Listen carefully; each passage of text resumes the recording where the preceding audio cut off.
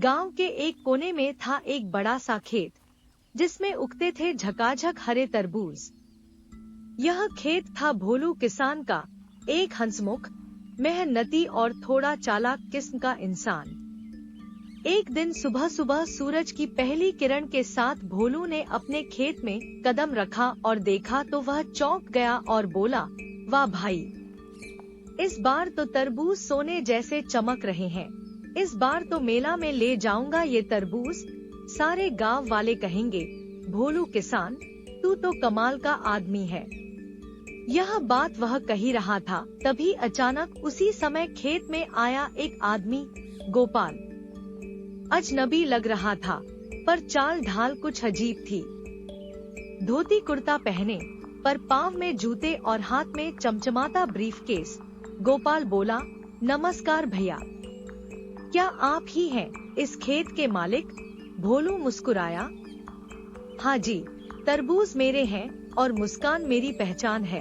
गोपाल बोला, मैंने सुना है आपके तरबूज में कोई खास बात है।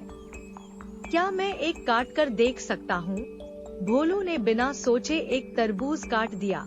अंदर से था लाल रंग, बीज काले और रस से भरा हुआ। गोपाल मुस्कुराया और बोला, भोलू भैया, मैं वैज्ञानिक हूँ और मुझे ऐसे ही एक तरबूज की तलाश थी जिसमें जादू छुपा हो। भोलू चौंका, जादू? अबे ये तो गोपाल नहीं, भूतिया पंडित निकला। पर गोपाल ने समझाया, नहीं भैया, सच में।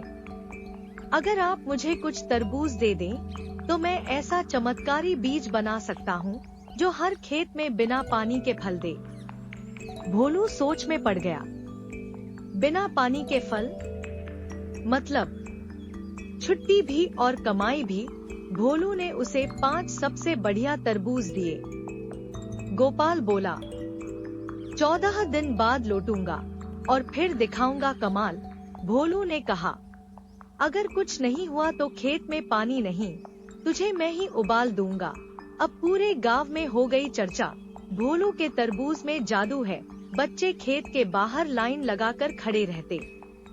महिलाएं कहती, भोलू से तरबूज लेना शुभ होता है।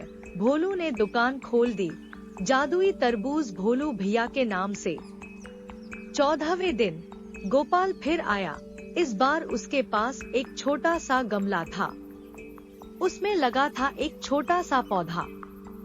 गोपाल बोला, भोलू भैया, यही है वो पौधा, बिना पानी का सिर्फ हवा से फलेगा तरबूज। भोलू बोला, सच में? चल दिखा तो जरा कमाल। गांव वाले इकट्ठा हुए। गोपाल ने उस पौधे के पास माइक रखा और बोला, तैयार हो जाओ, तरबूज अभी फल देना है।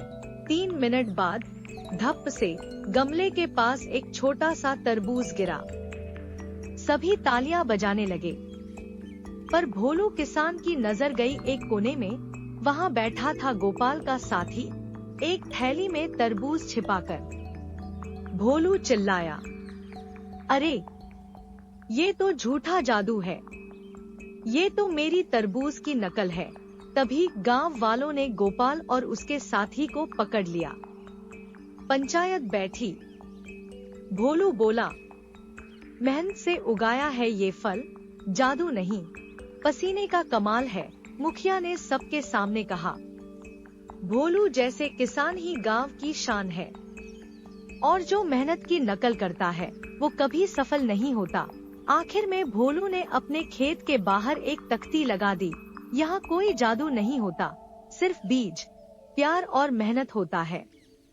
और आगे भोलू कहता है, मेहनत और ईमानदारी से किया गया काम ही असली जादू है। शॉर्टकट लेने वाले लोग दूर तक नहीं जाते।